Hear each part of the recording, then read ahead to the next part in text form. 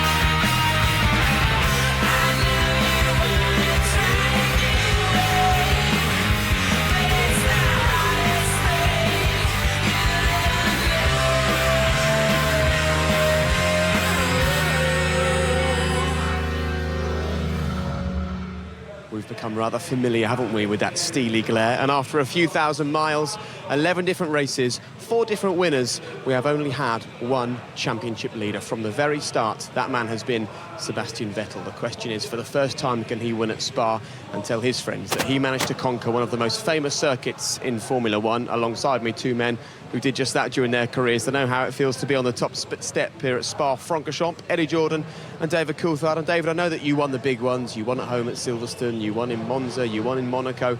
I wonder where this ranks in your list of achievements. He's dominated from the beginning, and David Coulthard wins in Belgium. Well, there's no question, Spa is such a historic Grand Prix that I'm extremely proud to have been able to win here. It is an incredible racetrack, and that is one of the wins that I think, most proud of. And it was interesting there, we heard from Murray, it wasn't just a win, it was a dominant win as well, which always feels special for you guys, doesn't it? Yeah, I think that's mainly because McLaren was such a dominant car that year, so the other guys didn't have a look in. But I had to beat Mika, who was obviously a great champion, and we had a little tussle at the first corner, and I went on to win that race. And talking about famous old circuits like this, Eddie, if we have a look at the calendar and the races that are left before we get to the end of this pretty special season, we can see we're going to Delhi for the first time. We've got Singapore, where we all love going. Abu Dhabi's there as well. Is there still a place left, do you think, for these famous old circuits where the infrastructure isn't quite the same as some of the new places we go to? Well, I'm the other extreme. I'm saying there must be a place for Belgium. There must be a place for the British Grand Prix. I'm actually an advocate to have the French Grand Prix back, because this is where the whole historic moment started from, and without these foundation blocks, I'm not sure we would have a stronger Formula One championship. I suppose you can only compare form and speed at the same circuits from years before, can't you? There's no benchmark if suddenly we're only racing in places like Delhi or Singapore. Well, indeed, I think it is important to have the historic races on there. You know, these new tracks will become modern classics, and that'll be the young generation reference in the future, but things like Spa, Monza, Silverstone, those tracks there, we've got to have them on the calendar. They're great tracks, they deserve their place. And it's a great place to be, actually. The atmosphere all weekend has been special. The fans turn up here in their thousands because they know they're going to get some entertainment. And this place doesn't just test the car and the driver to the limit. There's also something that none of the teams can control at all, the variable of the weather. My advice, if you're planning a trip to this race, come prepared. Well, I'm gonna rip my clothes off, take a leap and surf through the crowd. Yeah, yeah. Tripping down my neck, soaking wet, sink or swim or you drown. Yeah, yeah. Let's get a little wet. Ooh, I like the way you're working me out. So as you can see, the drivers are ready for what could be a wet one as well. And it might not be raining at the moment, but please don't trust the sky here. Any second it could start to rain. And it makes it very difficult for the teams, David. Over the practice sessions, we had 15 minutes of dry running. So there are plenty of unknowns going into this race if it does stay dry. Yeah, one of the biggest challenges for the teams is to actually get the information on tyre wear. And traditionally, of course, you have about a 1 second spread between the option and prime tyre, a bit more on a track of this length. It's over 7 kilometres. So they really don't know exactly how far these tyres can go into this race. So they've qualified on the option, and the journey into the unknown is going to begin in, 50-odd minutes' time. And we'll see in Lee Mackenzie's qualifying report in just a minute how easy it is to sort of get things wrong when you're working out strategy with the weather and things. How easy is it? You've been there. Just going to make sure Romain Grosjean's GP2 car doesn't run me down. He might be the championship leader, but that's still not a good car to be run down by. Look, it's always difficult because you can second guess. You never know. You're absolutely spot on. Look at the clouds and you think that you can get it right. You can never get it right here. And actually the other extreme, which is it dries out also very quick, but because the circuit's so big, undulating, it dries in one sector of the circuit and it doesn't in the other. How do you cope with a tyre selection in that? This, in many respects, is a complete fool's paradise, for want of a better word. You never know where you're going to get, and you just have to be quite lucky as well. Well, to be honest, these cars have done well to make it to the end of the race still with their front wings attached, because there was all sorts of things going on in the support races here. It is truly mad when it's a little bit wet around here. However, plenty of the guys who are challenging Sebastian Vettel would actually quite like a bit of rain, because finally it throws a variable into the mix. And just look at the lead that Sebastian has at the moment over the rest of his challengers. This is the simplest maths of all. Sebastian doesn't need to win another race this season to still be champion. Jenson Button in 5th could win every single race and still not be champion. As far as the Constructors' Championship is concerned, well, it's all about Red Bull. You can see there, 383 points on the board for them, a whopping 103 points ahead of McLaren. Now, I imagine it's pretty rare that David Coulthard and Martin Brundle are glad that they're no longer driving a Grand Prix car, but perhaps yesterday was one of those days. They were in a nice, warm, dry commentary box. The circuit was none of those things. Here's Lee Mackenzie.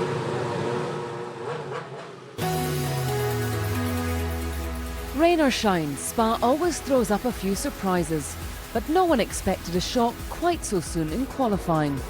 As he left the pit lane, Michael Schumacher's car shed a wheel, leaving him with zero control as he smashed into the barriers. There's no reason to blame anybody. I mean, we all try our best, but in the end of the day, we're all humans. Q1 also caught out Force India, which meant that Paul di Resta was left as a spectator, and not a very happy one at that. The team chose to bring me in, saying we were safe and we should box. And when I got back to the pits, they said, we hate to tell you this, but somebody's went quicker. So they called me back to the pits. You know, I'm not aware of the situations going on around me. I just do as I'm ordered. Q2 saw Adrian Sutil making the slightest of errors, resulting in some pretty big consequences, as the unforgiving curbs spun him round and spat him into the Armco. Debris on the track saw the red flag come out, but with over 6 minutes on the clock, there was still everything to play for. Jenson Button, though, got his timings wrong and was the next big name to fall. Misunderstanding. I obviously did my first lap then, and then I cooled the tyres, not knowing that I didn't have any more laps left. Wow, that's massively disappointing and a big shock. The end of Q2 saw an incident between Lewis Hamilton and Pastor Maldonado, which resulted in both heading to the stewards with their own versions of what happened. From what I saw in the car, it was quite dangerous. I've never seen that happen, to be honest, so I've never had that experience since I've been racing, since I was in go-karts. But I really need to look at the footage. I don't know whose fault it was or if anyone is to blame or whether it was just an accident. But after the checkered flag, Lewis went on team radio and said that you swiped across the front of him. Do you agree? No, I don't.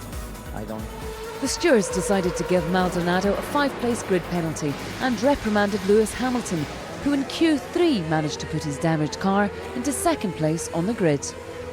Fernando Alonso could only manage 8th behind F1 returnee Bruno Senna in his Renault.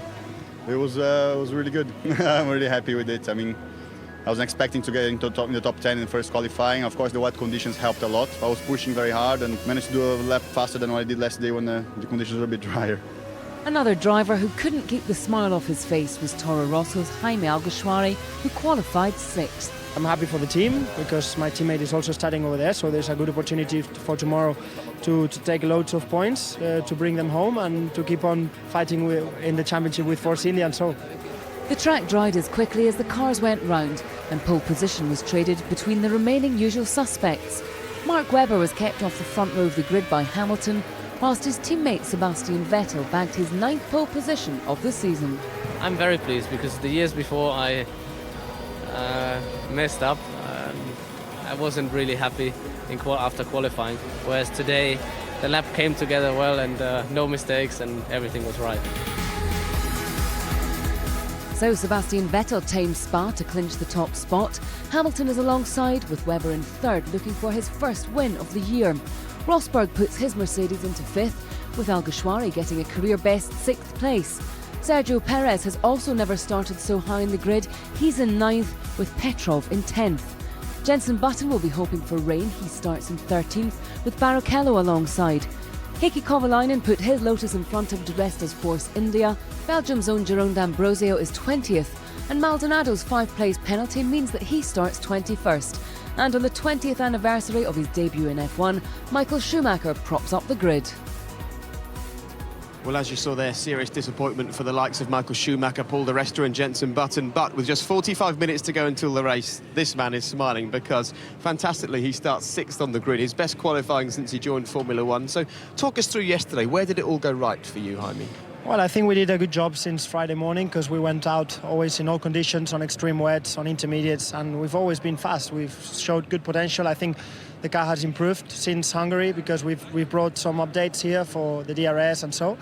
And it looks that we're getting there, you know, the team, myself, everything is coming a bit better. We're understanding a bit better the tyres, the championship, and, you know, I don't really guess that 6th is our position on realistic, you know, qualifying.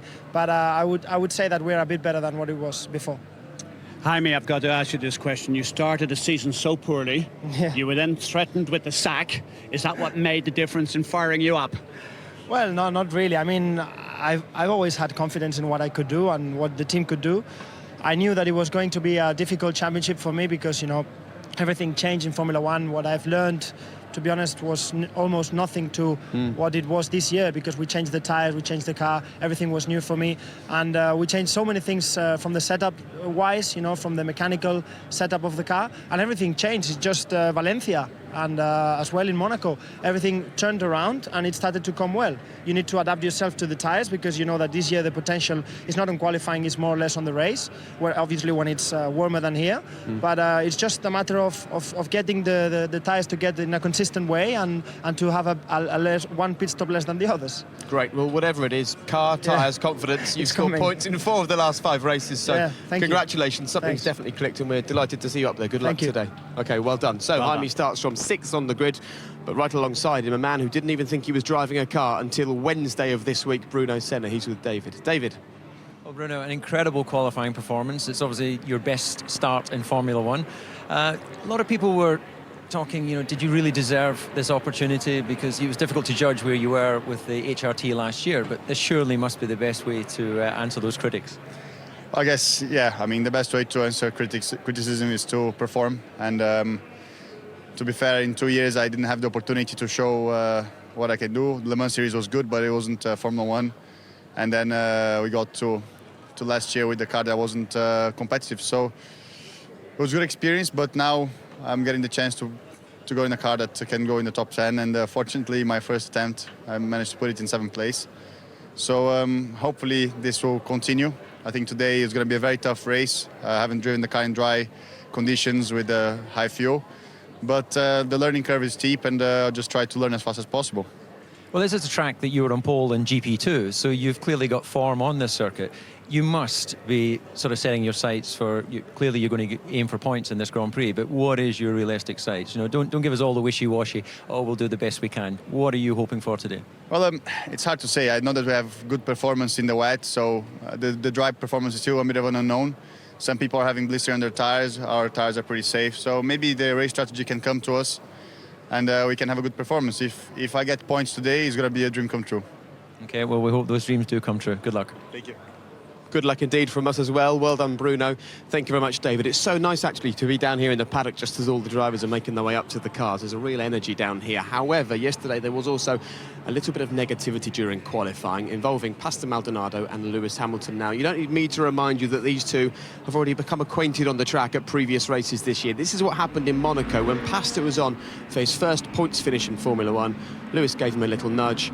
That was the end result. Pastor Maldonado didn't score points. Now, this is yesterday in the second part of qualifying. Lewis looking to make it through to Q3. He nicked past Pastor there. He needed the speed because he just made it through. However, after this incident, they went round the La Source hairpin together. This is after the checkered flag has dropped, and then somehow had a bit of a coming together.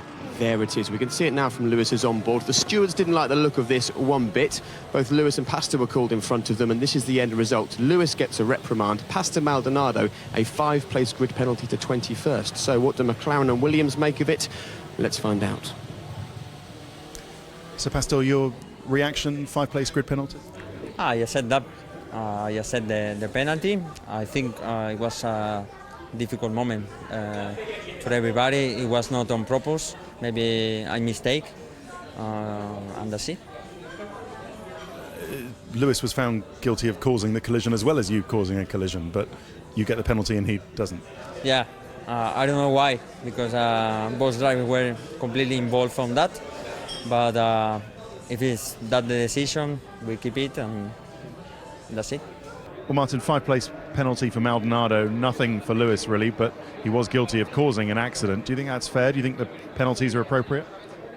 Well, I don't believe he was guilty of causing an accident, so yes, I believe that to have not received a penalty that affected this race was fair.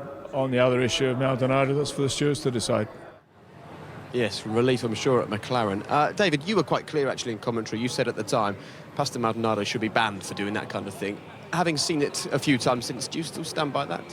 Well, maybe banned was a bit extreme, but certainly deserved the penalty. Yeah. I think he's been very lucky to get off with only a 5-place grid drop. You know, there's no question that those cars didn't come together by accident. That was a deliberate action to sort of flex muscles, and you know, it takes two cars to tango, but I think he's been very lucky just to get the 5-place grid. You can be quite vicious when you want to be. I'm glad you're not the driver's representative with the stewards, but we know that Nigel Mansell is. What would Nigel have been saying yesterday, Eddie, from a driver's point of view, to the stewards who've got no experience of driving in Formula One to help them come to that decision, do you think? Well, first of all, they would have looked at everything, and they would have seen the onboard stuff, they would have seen every different angle, and you're looking at it here. The situation for me is the checkered flag has come out. Effectively, they're no longer racing, but they are on the racing track, and there's an obligation to be fair and to be correct with your teammate. This looks, on this particular angle, to be a bad move. However, I think the judges may have looked back, may even have thought about Monaco, may have thought about the way Lewis squeezed him on the hairpin. You just don't know, but they came up with a set of rules that I think generally the paddock feels was fair. OK, well, hopefully they've both learned their lesson. And the good news is they'll probably be nowhere near each other this afternoon, because just to remind you, Lewis Hamilton starts second on the grid. Pastor Maldonado, 5-place drop. He now starts 21st. However, no such dramas for Sebastian Vettel. Once again, a perfect Saturday from him. This year, his record is just incredible. 9 pole positions, 6 wins, 234 points. The question we're all asking, can anybody catch Sebastian Vettel? We keep on working.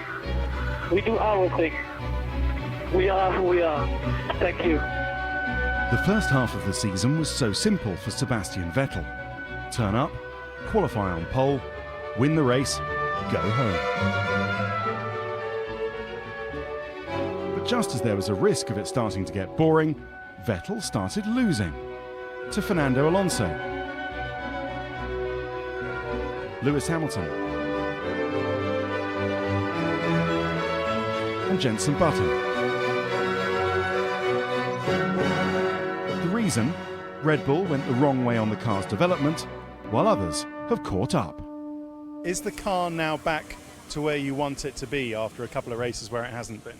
We'll see, but I'm quite confident. I think we have learned from previous races, understood.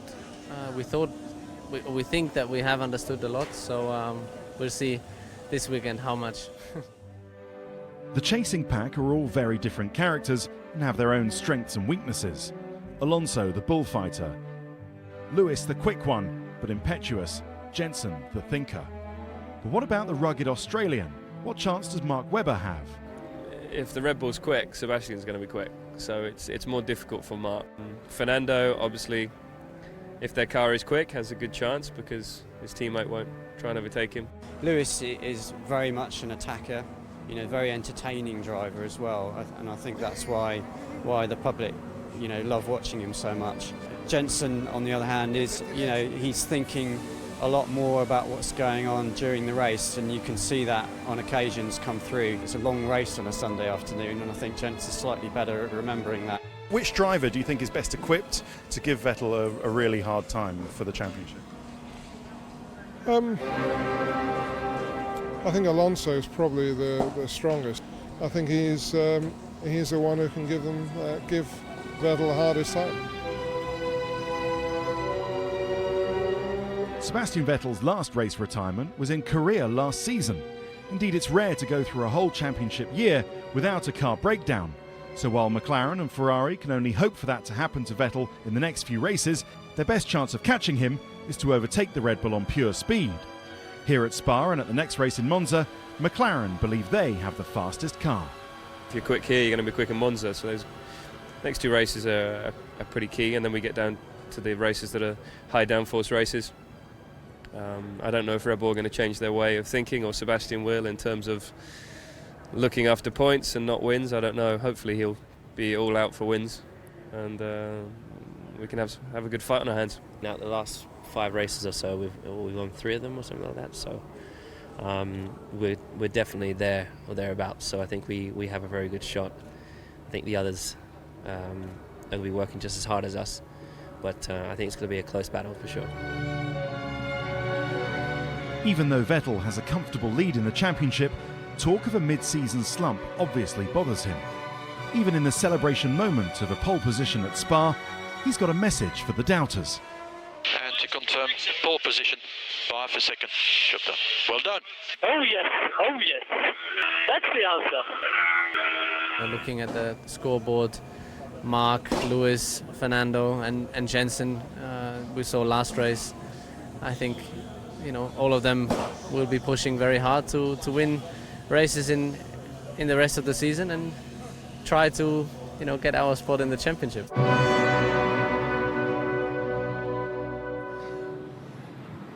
The famous finger and a great stab of music there at the end to show just how dominant Sebastian Vettel's been. He was great yesterday once again in qualifying, a second ahead of his teammates. And in terms of people challenging him, for Mark Webber it's probably the most difficult, because if the car is fast and working well at a circuit for Mark, it figures it's exactly the same thing for Seb, isn't it?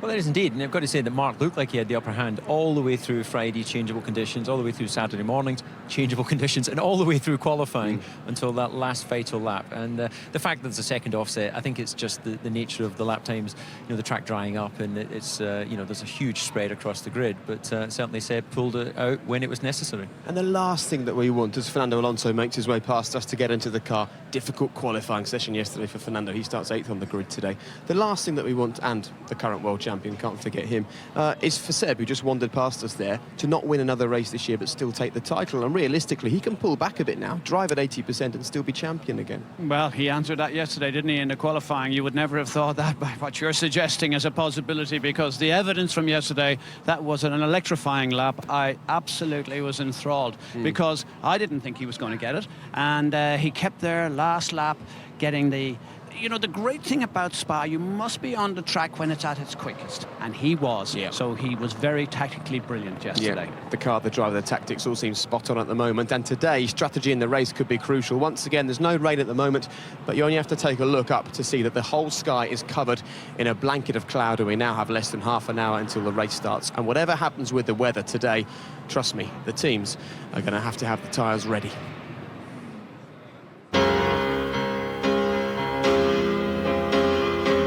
On a dry track, the untreaded slick tyre is the king of grip, as the maximum area of rubber bites into the surface.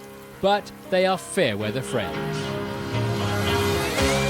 A road tyre only has grooves to clear the water. It's the rubber which generates the grip. But a slick tyre can only push the rain aside, eventually aquaplaning on the surface of the water instead of the track. In these conditions, the rubber quickly cools, and suddenly it's like driving on ice. There are two alternatives to solve this problem. The blue-marked intermediate tyres bridge the gap between wet and dry. Shallow grooves cope with light rain, clearing 25 litres of water per second at speed and surviving until it's nearly dry. The deeper tread of the full wet tyre on the right will handle heavy rain and standing water, clearing up to 60 litres per second. But, like a fish, they need water to survive, given the brutal energy of a Formula One car. I'm going to do something really crazy. I'm going to run a wet tyre on a dry track just to show you there's no way you can just carry a set of wet tyres the last few laps of a Grand Prix if the track is drying out. They just won't live. The tread blocks move around and generate a lot of heat, and it needs the water to cool them down. Yeah, you got satin shoes. I'm just floating across the surface. Yeah, you got massive moves. I can smell my own tyres burning. It's incredible. It's like I'm on bubblegum. I can't attack the racetrack in any way. This is a really extreme test, but it shows you just how critical it is to be on the right tyre at the right time. The increase in lap times from dry to intermediate to full wet were very significant. Tyre choice can make or break a race. So difficult to make this judgment call now. What are they putting on? Intermediates. Of course, if you're 5-6 seconds faster for 4 laps, you may as well be out on these tyres. You'll win a pit stop. Feels to me as if it's drying up. Those intermediates He's given up on them. The Yeah, he wasn't going fast enough, so that will have cost Lewis the race, I would have thought. Be on the right tyres at the right time. Which, of course, is an awful lot more difficult than it sounds, but one man hoping today that he can use the weather and the tyres to scythe through the pack is Michael Schumacher. He did it here in 1995. He went from 16th to pick up a win, just one of the 91 wins that he's enjoyed in 20 years in Formula One. It's a huge celebration this weekend for Michael at this race. Of course, it was right here in Spa 20 years ago that Eddie Jordan gave him his big moment, and here he was celebrating with the great and good of Formula One. We send our congratulations to Michael Schumacher, and he's been celebrating by going back to where it all began, sitting in a go-kart. Racing has many meanings to me. One is the competition man-to-man. One is the competition against yourself. Is the fighting spirit, always to search for the improvement, always to go faster, always to go better.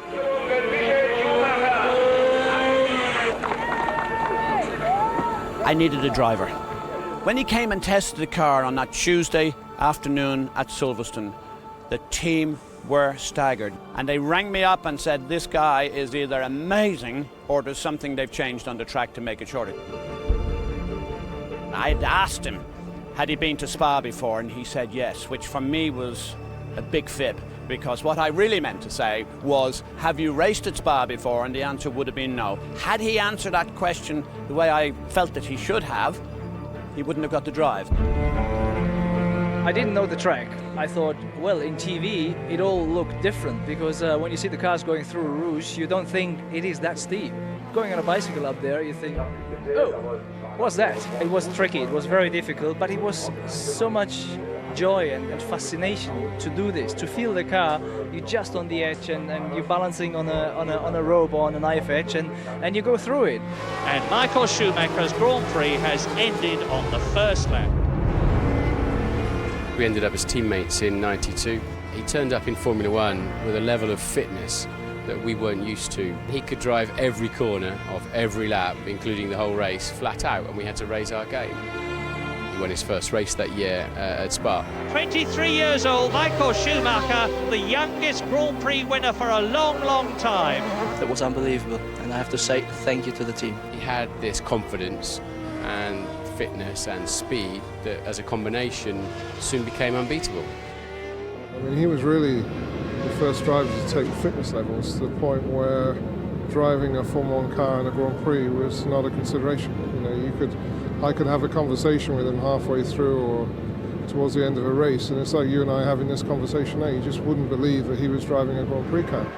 Michael Schumacher, world champion. A brilliant race for Michael Schumacher to win the World Championship, to give Ferrari and Italy their dream. The title that is the most outstanding to me is the one that I won in 2000 in Suzuka. 5 years of toil, blood, sweat and tears, and he's got his reward. What was very special about that was the very tough years we had before we got there. Villeneuve is all over him, look, he's going through. Oh, yes. Oh, out goes Michael Schumacher. That didn't work. That didn't work, Michael. You hit the wrong part of him, my friend. Michael Schumacher, in his prime, I believe, would do pretty much anything to win a Grand Prix. Oh, out goes Schumacher. Damon Hill has to retire. Schumacher will be world champion. He really struggled to know where to draw the line, and he couldn't understand why he was being criticised. For example, when he ran into the side of Villeneuve in 1997, and when he took Damon Hill off in Adelaide. Yeah, I mean, certainly I would do things differently. I mean, I guess after 20 years being in Formula One, you have a few regrets. You liar. Get back in the car. Maybe I should regret to go for an attack to David after he sort of spoiled my race in Spa again, actually. Oh, God! Michael Schumacher, he's out. He's going to have it out with David Coulthard. Thankfully, on cue, a couple of big guys from McLaren stepped in and separated us, so I didn't have to unleash my ninja warrior style on Michael. I think in life you have to make mistakes to learn from them, and most important is you do learn. Michael Schumacher starts 16th on the grid and superbly wins the Belgian Grand Prix.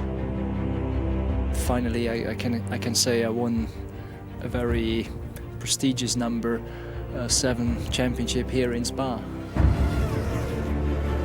Within my career, he is the reference point. He is the best driver I've ever seen. Michael Schumacher, I still believe, will be remembered as the greatest driver in the history of Formula One. You know, everybody forms his own opinion about any person. I think I just want to be treated fair.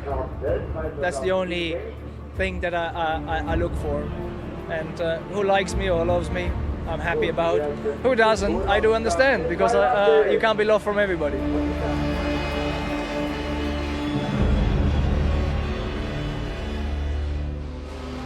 And what a wonderful career it's been for this man. 20 years, 91 wins, and there he is, Michael Schumacher, in his 40s, making his way out of the garage, almost running over my right foot as he goes out to the grid to prepare for today's Belgian Grand Prix. And look at this, we've got a real Michael Schumacher fan in our midst. Well, I always knew it. I always knew it. Is he your true hero, David? Michael's always been in my heart. I think this is more EJ style, actually. Is there not some sort of golden dragon on the back or something? I think only EJ could pull off a gold T-shirt. Actually, I'm only really disappointed that Michael didn't put one on this famous chin here. Might have straightened it up a bit.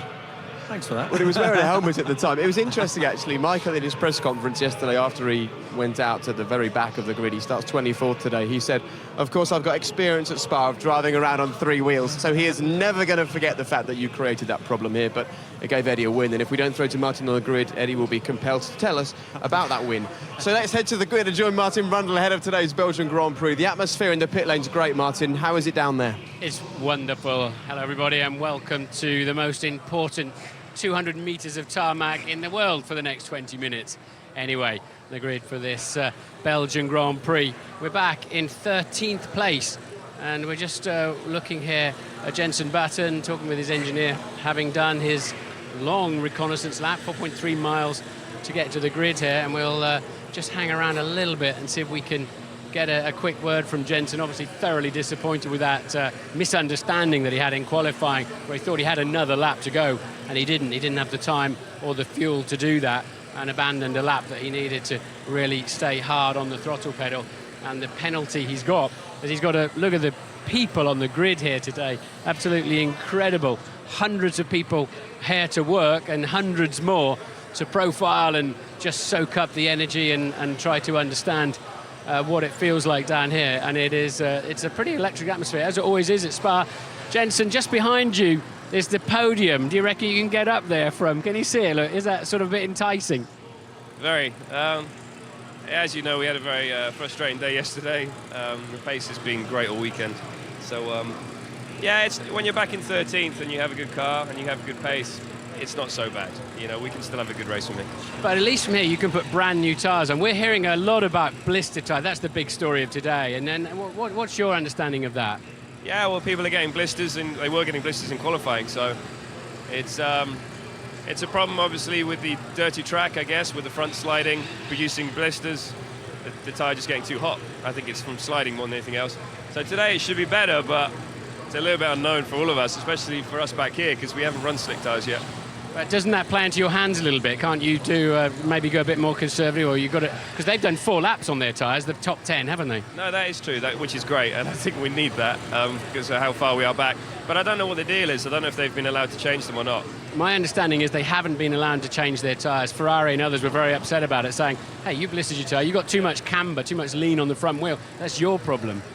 It is their problem. It's not ours. So we're in a, it's not the best position to be in, but we've got a good car here and we're going to have a lot of fun today. All right, well, we're looking forward to watching that. So let's wander towards the front of the field. Kamui Kobayashi there, just getting out of his car. They're all like jockeys, aren't they, these Formula One drivers? They're so small, most of them, other than people like Mark Webber, of course. Sebastian Buemi's car, 2 Toro Rossos in the top 11. So from 11th backwards, just to confirm that, they can run any tyre they want to start the Grand Prix. The top 10 are absolutely committed to running the tyres that they set their fastest lap on. We got Vitaly Petrov here. I don't know if we can have a quick word with him. And Vitaly, a quick word, one-liner basically. How was the track on your reconnaissance lap to the grid? In the moment it looks very good, everything.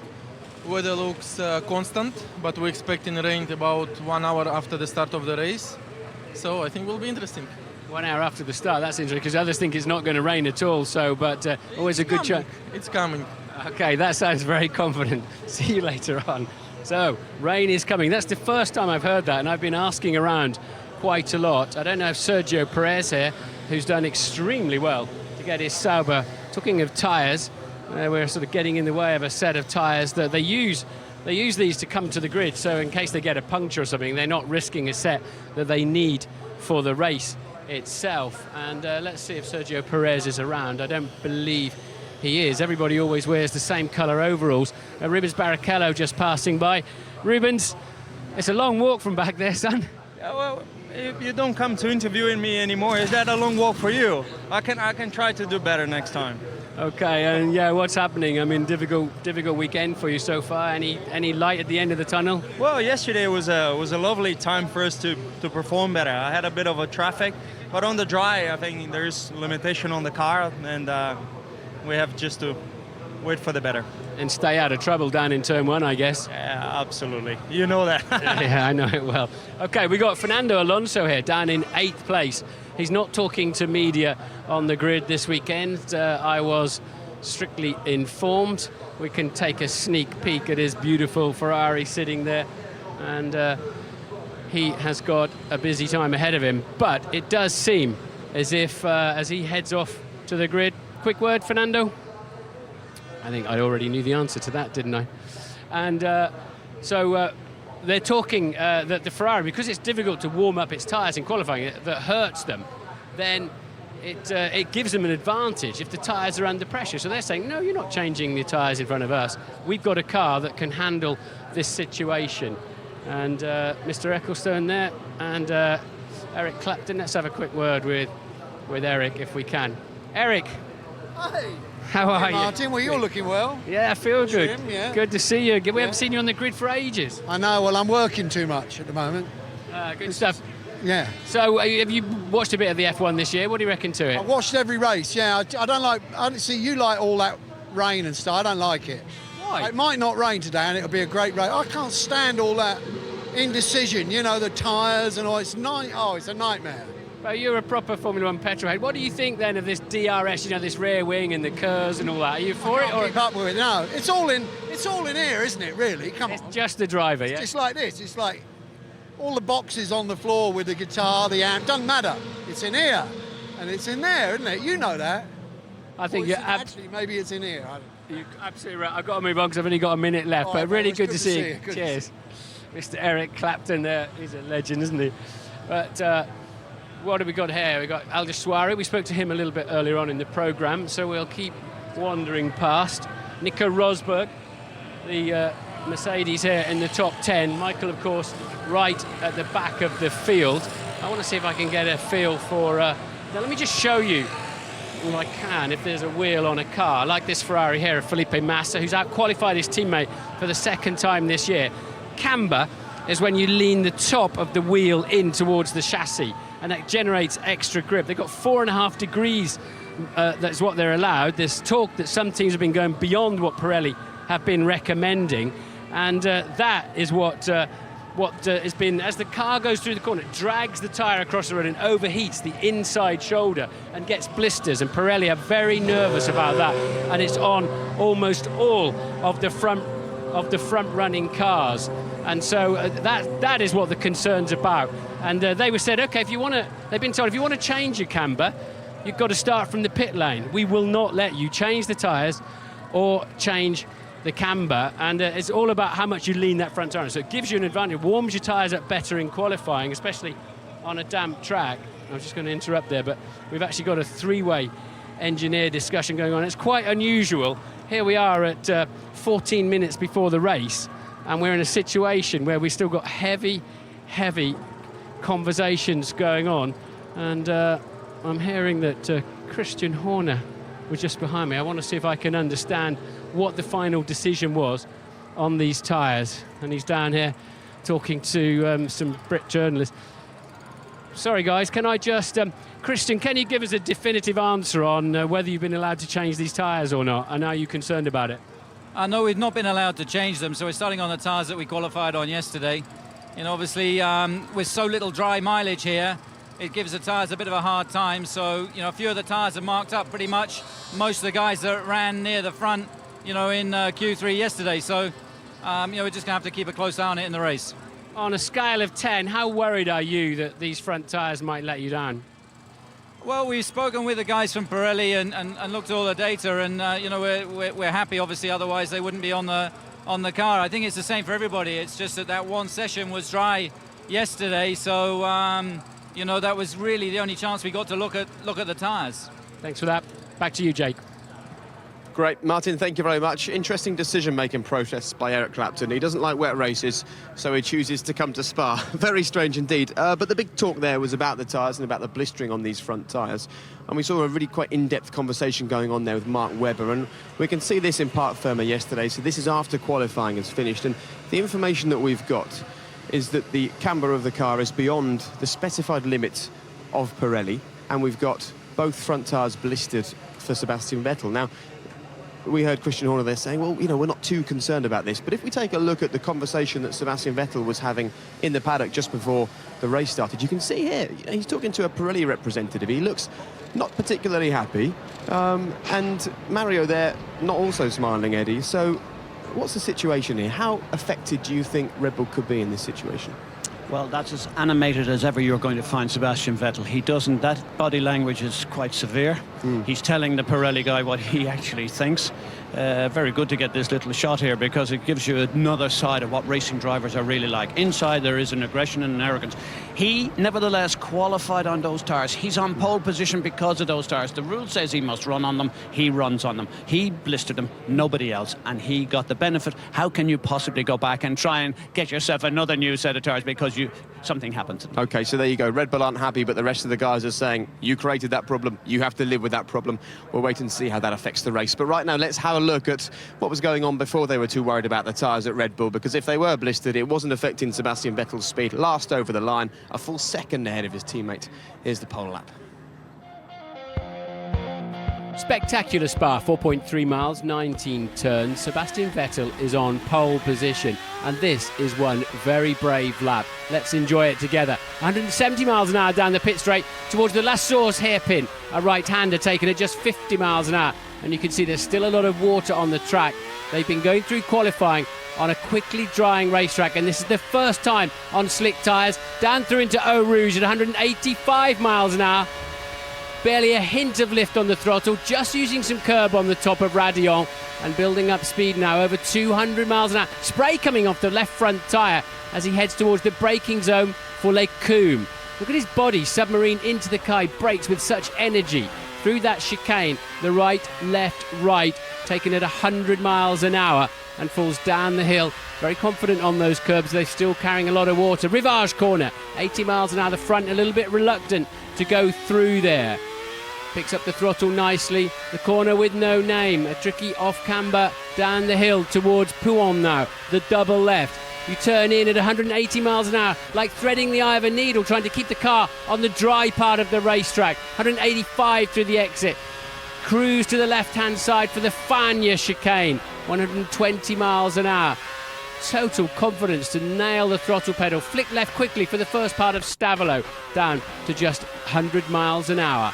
Now he can let the car go absolutely full throttle through the second part of Stavelot as he keeps the car on the dry part of the racetrack. There's a long left-hander. He'll have the DRS rear wing wide open as he heads into Blanchimont at 190 miles an hour, and still confident enough to go on the curb. Now a big braking zone over 5G into this very tricky and difficult, not satisfying at all, final chicane. Just 65 miles an hour, short run. The checkered flag is already out. The 24th pole position for Sebastian Vettel, and that was very well earned.